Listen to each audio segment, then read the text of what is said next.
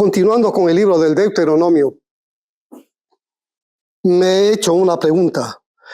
¿Por qué la importancia del estudio, la lectura de los libros de Moisés?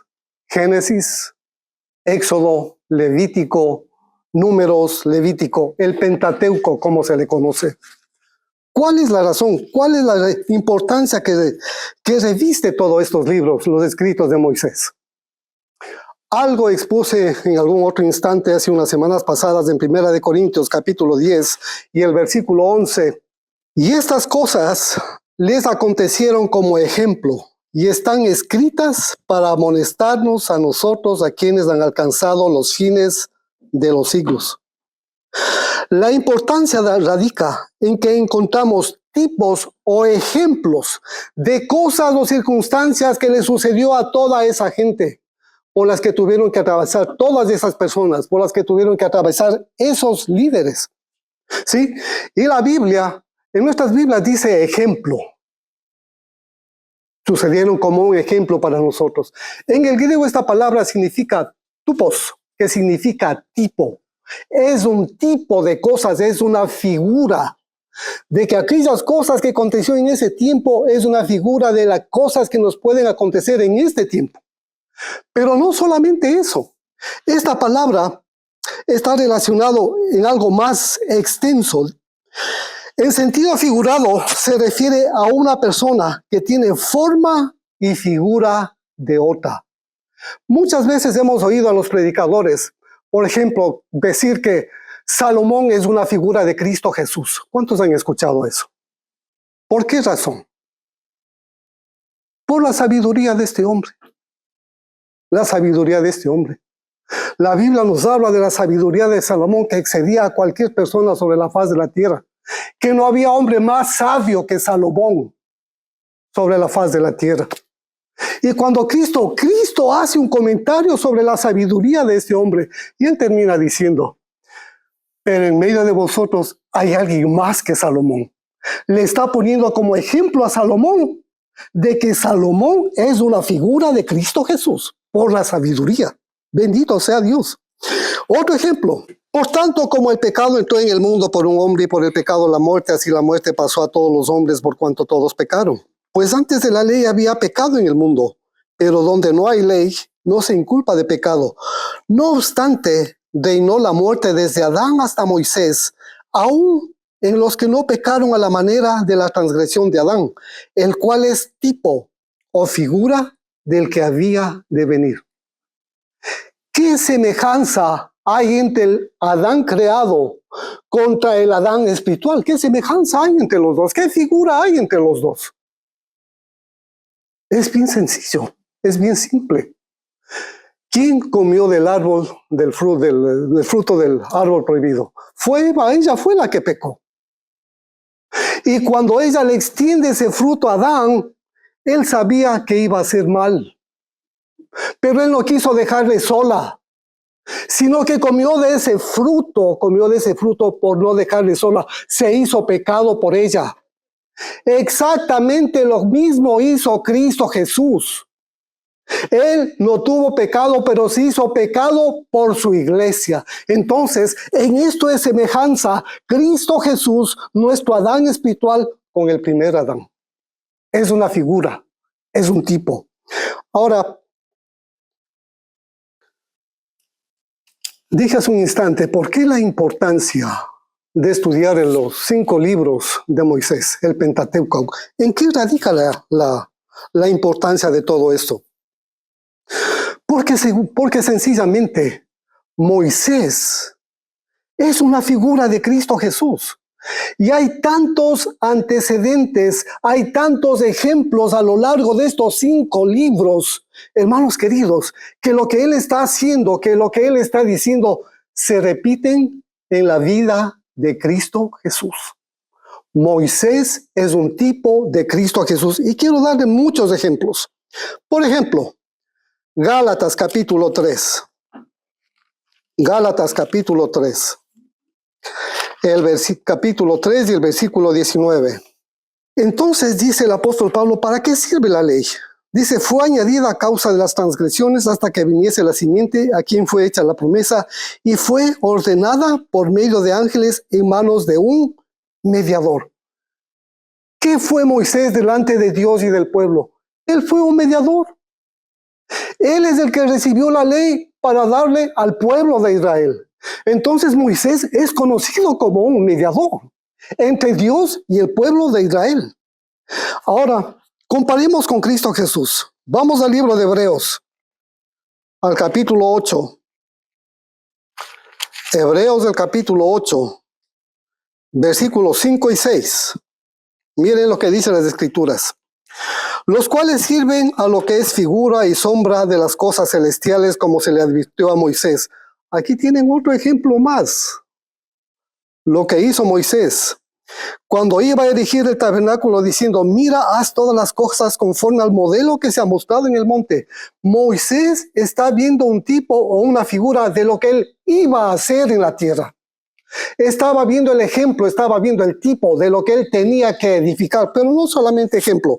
El ejemplo que estamos hablando es de que Cristo Jesús es el mediador de un nuevo pacto, al igual que Moisés.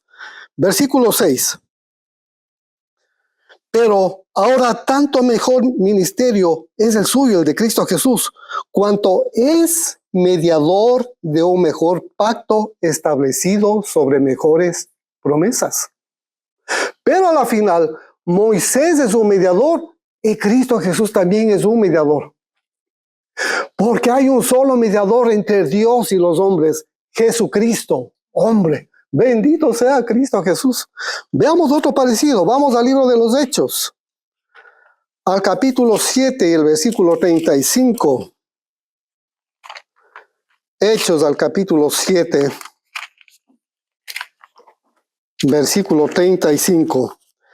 Aquí vamos a ver cómo se le define a Moisés. 7:35. Hechos 7:35. A este Moisés, a quien habían rechazado diciendo, ¿quién te ha puesto por gobernante y juez?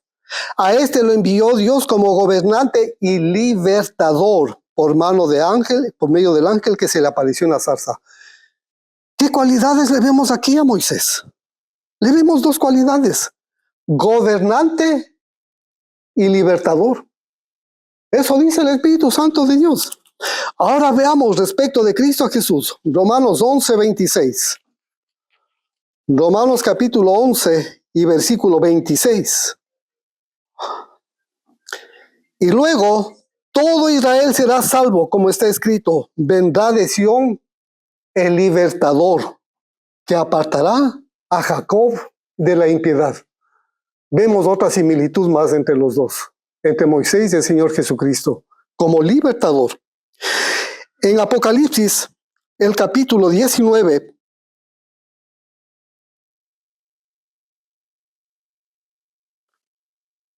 versículo 16, Apocalipsis, capítulo 19, versículo 16, veamos otra cualidad más, 19:16. Vimos a Moisés como gobernante y como libertador. Nos falta ver a Cristo Jesús. Ya le vimos como libertador, nos falta verle como gobernante. Apocalipsis 19:16. Y en su vestidura y en su muslo tiene escrito este nombre, Rey de Reyes y Señor de Señores. ¿Quién es un rey? Alguien que gobierna un reino. Eso es un rey. Entonces le vemos a Cristo Jesús al igual que Moisés, como un gobernante y como un libertador. Números capítulo 21 y versículo 18. Pozo, el cual cavaron los señores, lo cavaron los príncipes del pueblo y el legislador con sus báculos. ¿Qué significa un legislador? El que impone leyes. Moisés trajo las leyes del Señor para el pueblo. Entonces esas leyes él tenía que imponer para el pueblo de Israel. Entonces es conocido como un legislador. En Isaías el capítulo 33, vemos esta misma cualidad en el Señor Jesucristo, hablada por el profeta Isaías. Capítulo 33 y versículo 22. Miren lo que dice. Porque Jehová es nuestro juez, Jehová es nuestro legislador. Jehová es nuestro rey, él mismo nos salvará. Entonces, ¿cuántas figuras de Moisés que nosotros vemos hechas realidad en Cristo Jesús? Es importante estudiar estos 5 libros de la Biblia porque encontramos a Cristo Jesús en muchos pasajes del Antiguo Testamento.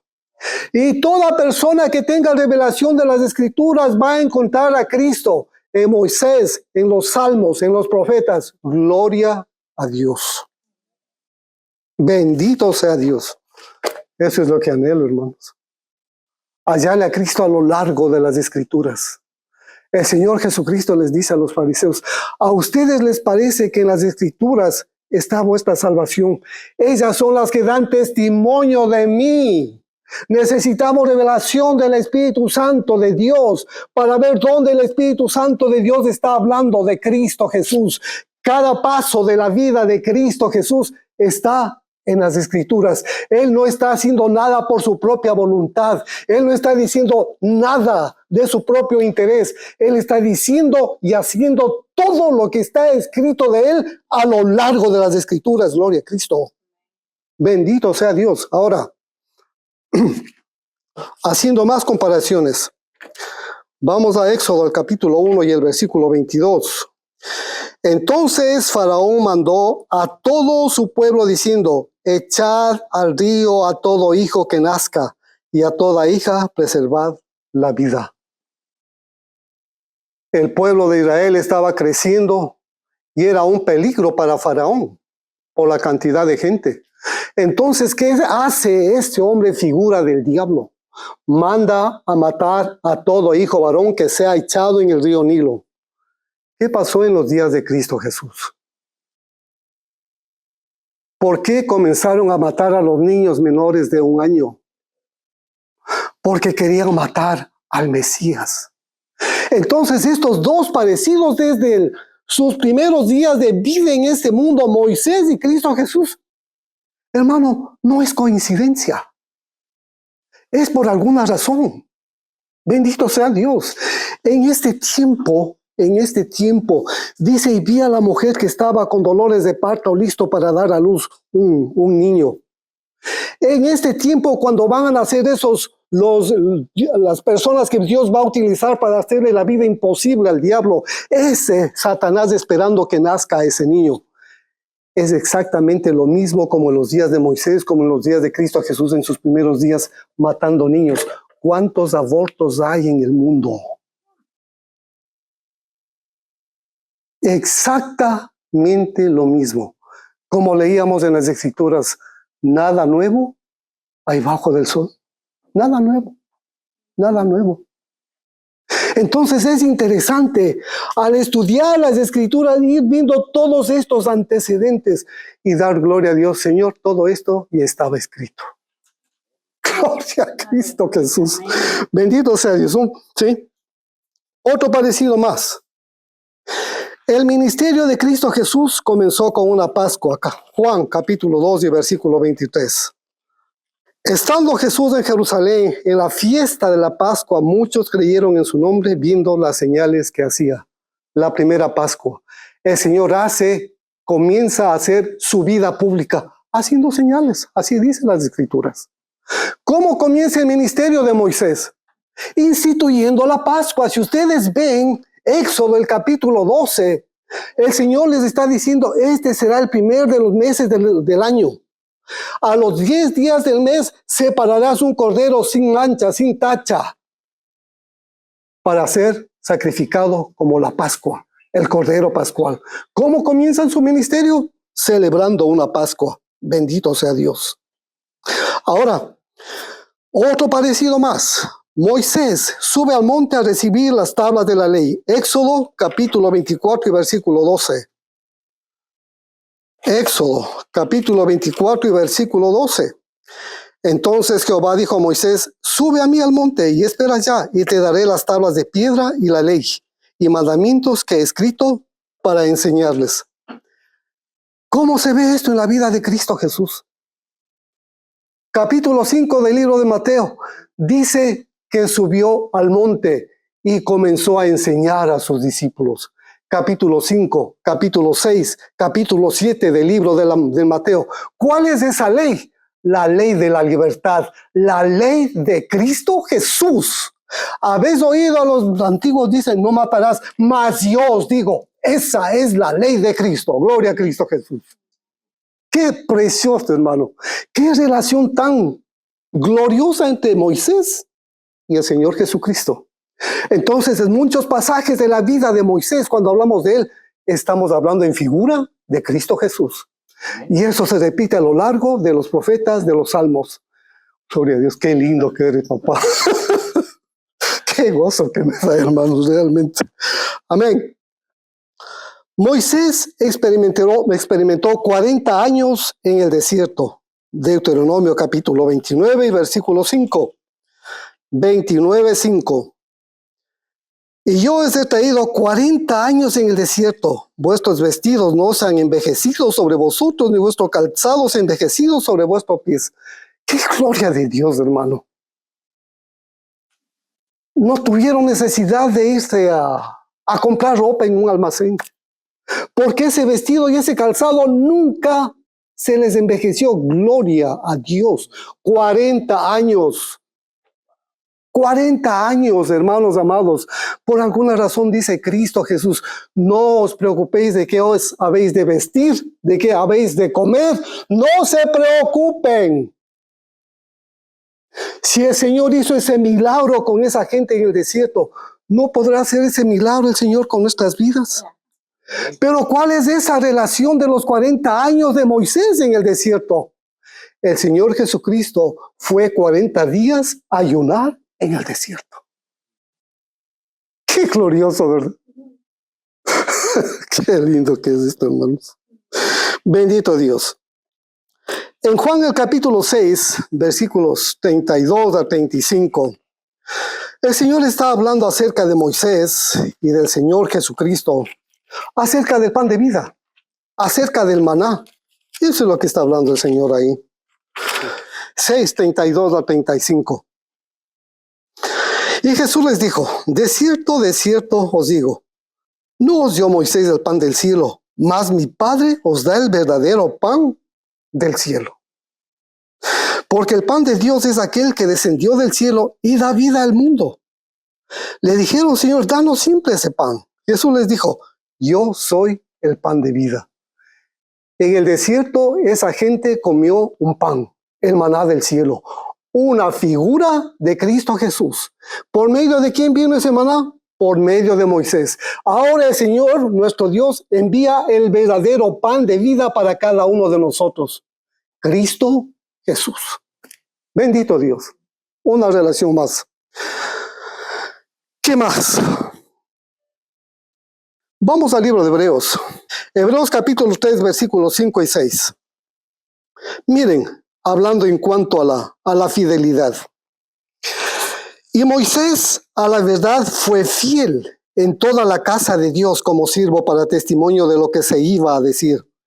Pero Cristo como hijo sobre su casa, la cual casa somos nosotros si tenemos firmes hasta el fin la confianza y el gloriarnos en la esperanza. Dos personas con una cualidad, fiel en su casa, fiel en la casa de Dios. La casa de Dios en el desierto.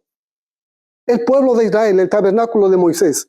¿Y cuál es esa casa de la cual el Señor es fiel para con cada uno de nosotros?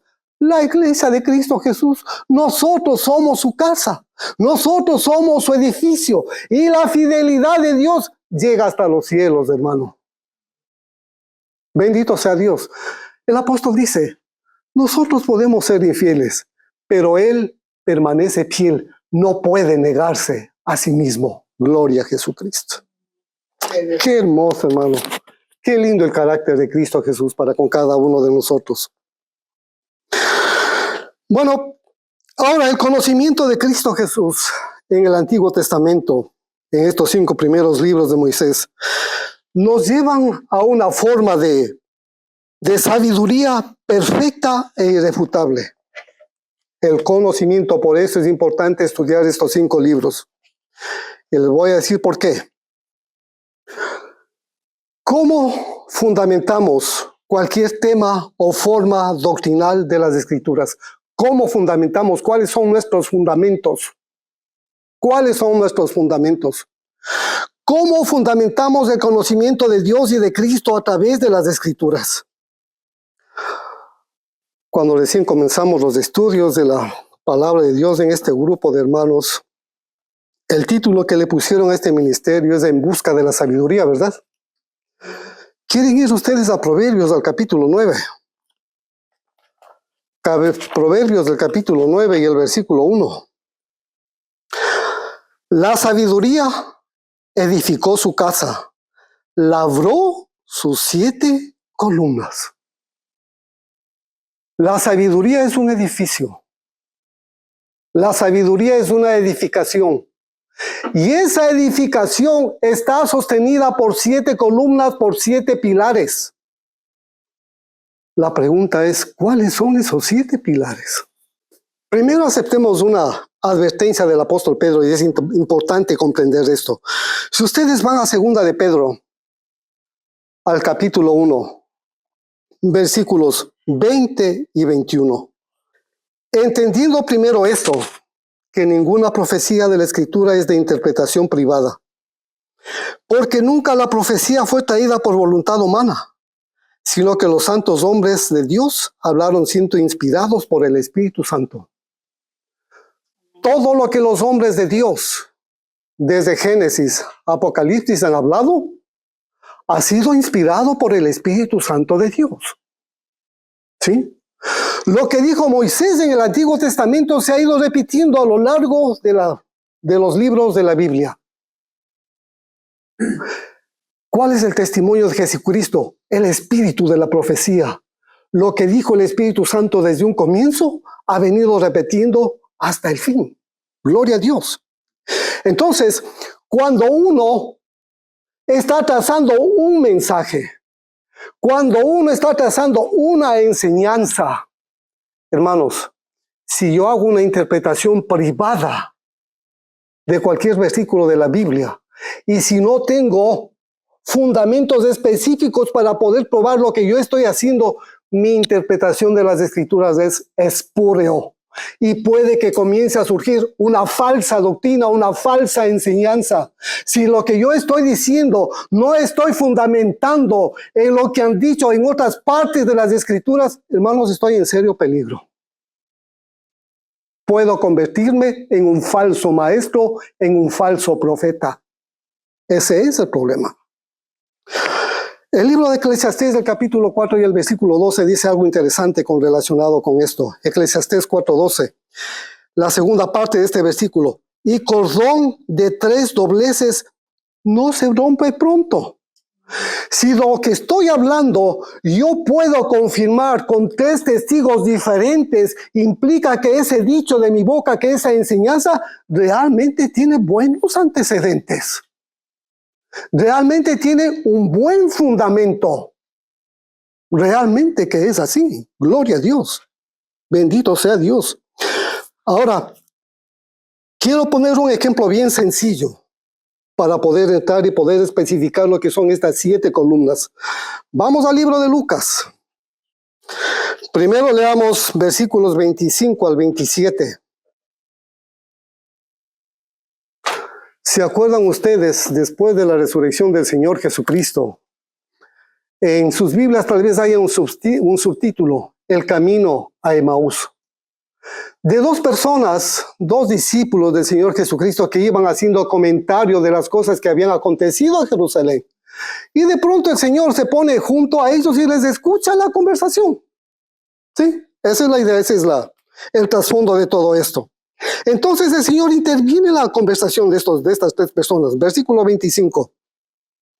Entonces Él les dijo: oh insensatos y tardos de corazón para creer todo lo que los profetas han dicho. ¿No era necesario que el Cristo padeciese estas cosas y que entrara en su gloria? Y comenzando desde Moisés y siguiendo por los profetas, les declaraba en todas las Escrituras lo que de Él se decía.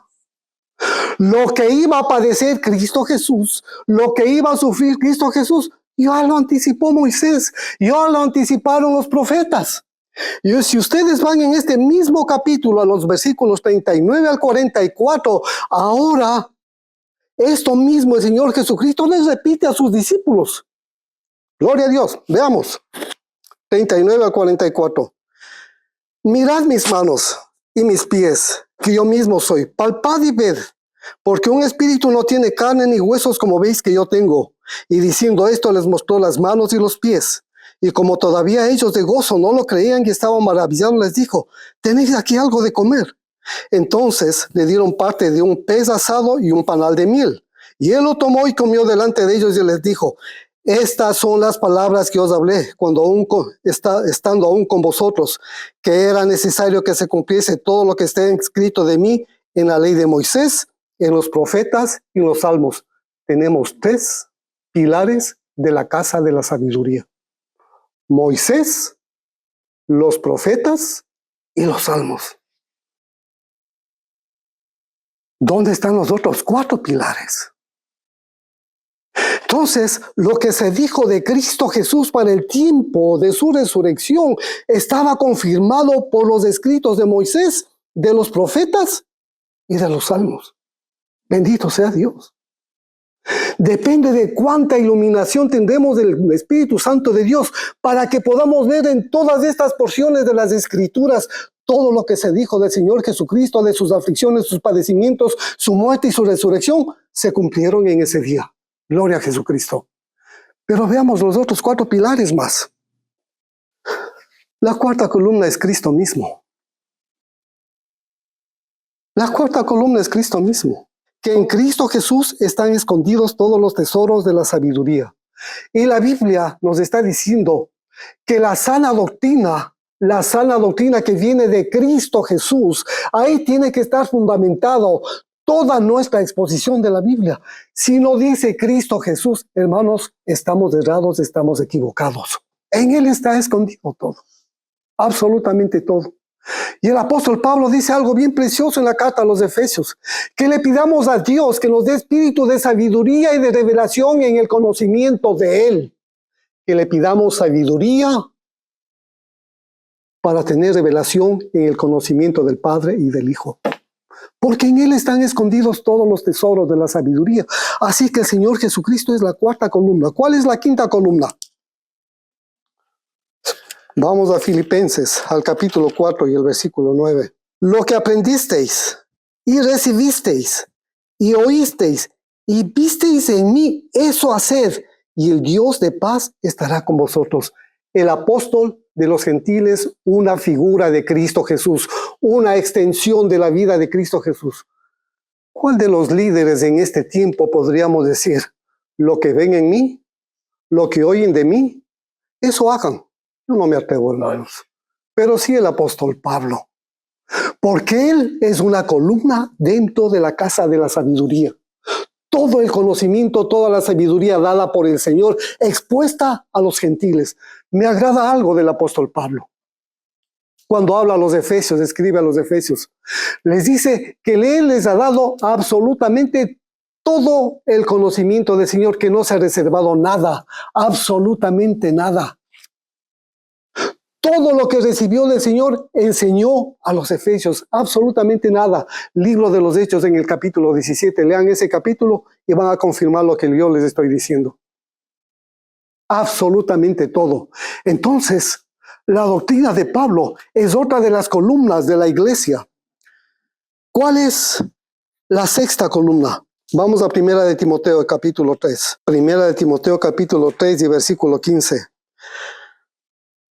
Para que si tardo sepas cómo debes conducirte en la casa de Dios, que es la iglesia del Dios viviente, columna y baluarte de la verdad. ¿Qué es la iglesia de Cristo Jesús? Columna y baluarte de la verdad. ¿Qué verdades existen dentro de la iglesia de Cristo Jesús? Los escritos de Moisés, de los profetas, de los salmos, las enseñanzas de Cristo Jesús, las enseñanzas del apóstol Pablo. Bendito Dios, reside en la iglesia de Cristo Jesús, en cada uno de ustedes. ¿Quién es la iglesia de Cristo Jesús? Los que estamos aquí presentes. los que estamos aquí reunidos. Entonces esas 6 columnas tienen que ser firmes en nuestras vidas.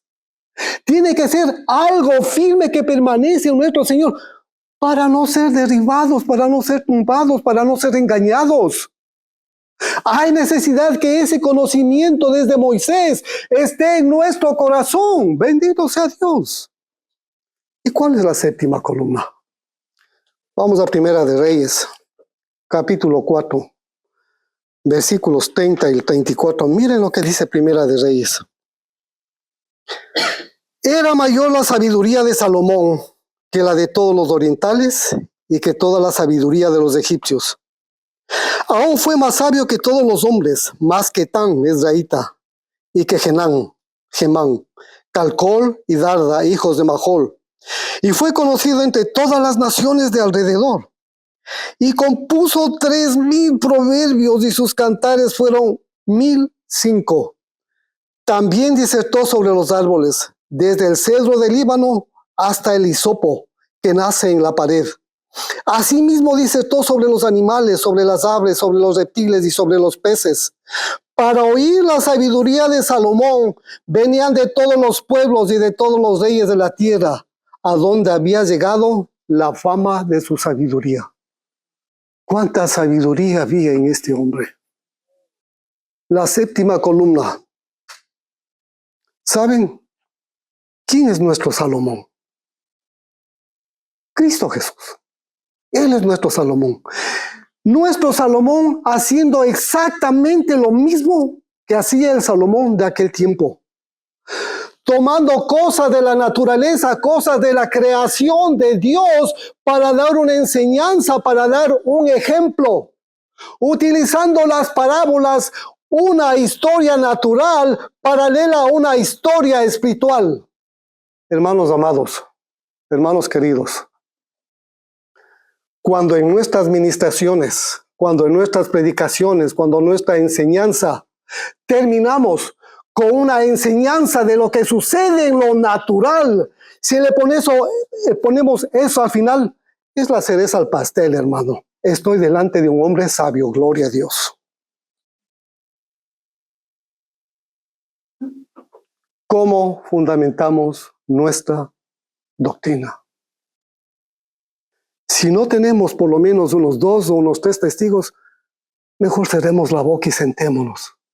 Pero si no es así, si por lo menos tenemos 2 o unos 3 testigos de las cosas que estamos hablando, que estamos diciendo, si ponemos por testigo a Moisés, a los profetas, si ponemos por testigo a los salmos, hermanos amados, si ponemos por testigo a la doctrina apostólica, a las enseñanzas de Cristo Jesús, gloria a Dios. Estamos edificando la casa de la sabiduría. Y la casa de la sabiduría es la iglesia del Dios viviente, la iglesia de Jesucristo. Gloria a Cristo. Como dije, ¿qué tal una doctrina fundamentada en 7 pilares? En 7 fundamentos. Hermanos, es irrefutable. Porque es la misma sabiduría de Dios. Es la misma sabiduría de Cristo Jesús. 7 testigos. ¿Qué significa el número 7? Completación, perfección, gloria a Dios. Entonces, si tenemos 7 fundamentos, tenemos la doctrina perfecta. Bendito sea nuestro Dios. Gloria a Cristo Jesús. Vamos al libro del Deuteronomio. Deuteronomio capítulo 18. Versículos del 15 al 22. Profeta de en medio de ti, de tus hermanos, como yo, te levantará Jehová tu Dios. A él oiréis. Conforme a todo lo que pediste a Jehová tu Dios en Horeb, el día de la asamblea, diciendo, no vuelva yo a oír la voz de Jehová mi Dios, ni vea yo más este gran fuego para que no muera. Y Jehová me dijo, han hablado bien lo que han dicho. Profeta les levantaré de en medio de ti, de en medio de sus hermanos como tú, y pondré mis palabras en su boca, y él les hablará todo lo que yo les mandare. Mas a cualquiera que no oyere mis palabras, que él hablare en mi nombre, yo le pediré cuenta. El profeta que tuviere la presunción de hablar sobre de hablar palabra en mi nombre, a quien yo no le haya mandado hablar, o que hablar en nombre de dioses ajenos, el tal profeta morirá. Y si dijeres en tu corazón, ¿cómo conoceremos la palabra de Jehová que Jehová nos ha hablado?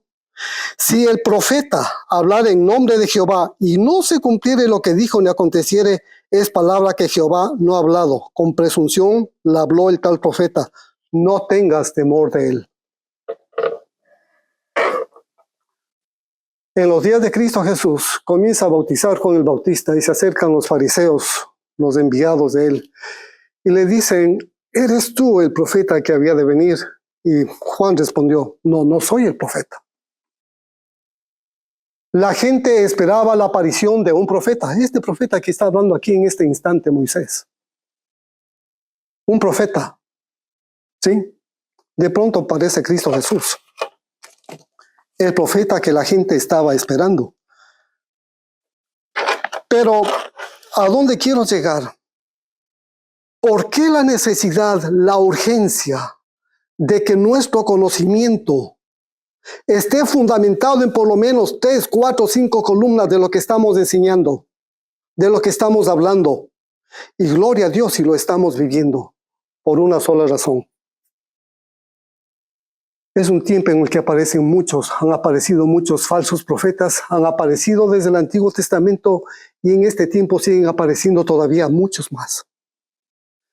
Y tiene que aparecer uno, escuchen esto, tiene que aparecer uno. Apocalipsis capítulo 13, versículos del 11 al 15. Después vi otra bestia que subía de la tierra y tenía 2 cuernos semejantes a los de un cordero, pero hablaba como dragón. Tiene la apariencia de un cordero, pero habla como un dragón. Y ejerce toda la autoridad de la primera bestia en presencia de ella, y hace que la tierra y los moradores de ella adoren a la primera bestia cuya herida mortal fue sanada. También hace grandes señales de tal manera que hace descender fuego del cielo a la tierra delante de los hombres, y engaña a los moradores de la tierra con las señales que se le ha permitido hacer en presencia de la bestia, mandando a los moradores de la tierra que le hagan imagen a la bestia, que tiene la herida de espada y vivió. Y se le permitió infundir aliento a la imagen de la bestia para que la imagen hablase e hiciese matar a todo el que no la adorase. El conflicto de todo el tiempo. El enemigo quiere adoración. ¿Cuál es el objetivo de este falso profeta? Engañar a la gente, engañar a las naciones para que la gente se haga una imagen y la gente adore a esa imagen y la adoren al diablo. Ese es el objetivo. Ese es el objetivo. Ahora, el asunto ¿es esto nuevo? No es nuevo esto. No es nuevo. Si ustedes van a Deuteronomio capítulo 13, versículos 1 al 3. Cuando se levante en medio de ti profeta o soñador de sueños y te anunciare señal o prodigio. Y si se cumpliese la señal o prodigio que él te anunció diciendo, vamos en pos de dioses ajenos que no conociste y sirvámosles. No darás oído a las palabras de tal profeta ni al tal soñador de sueños, porque Jehová vuestro Dios os está probando para saber si amáis a Jehová vuestro Dios con todo vuestro corazón y con toda vuestra alma. En Deuteronomio vimos que si no se cumple lo que dice ese supuesto profeta que está hablando en el nombre del Señor, esa persona tiene que ser muerta. Pero aquí estamos viendo que si se levanta un falso profeta, un soñador de sueños, se cumple lo que dice ese falso profeta. ¿Cómo sabemos que es falso, que es verdadero? ¿Cómo nos damos cuenta? Sencillamente nos está persuadiendo de que vayamos a adorar a otros dioses.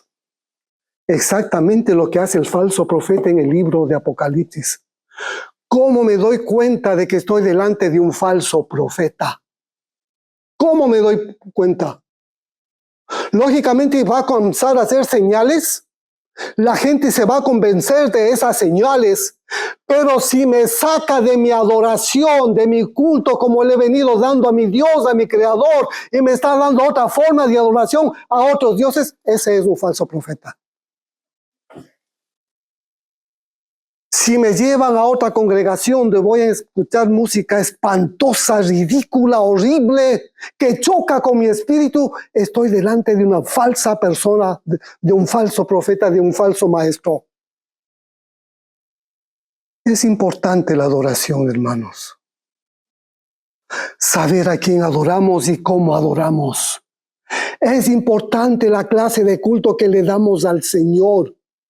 Porque si viene alguien y me quiere engañarme con señales y con prodigios y que esas cosas se cumplan, lo que diga esa persona se cumpla y me lleva a adorar a algo extraño que yo no conozco, hermanos, estoy delante de un falso profeta o de un falso maestro.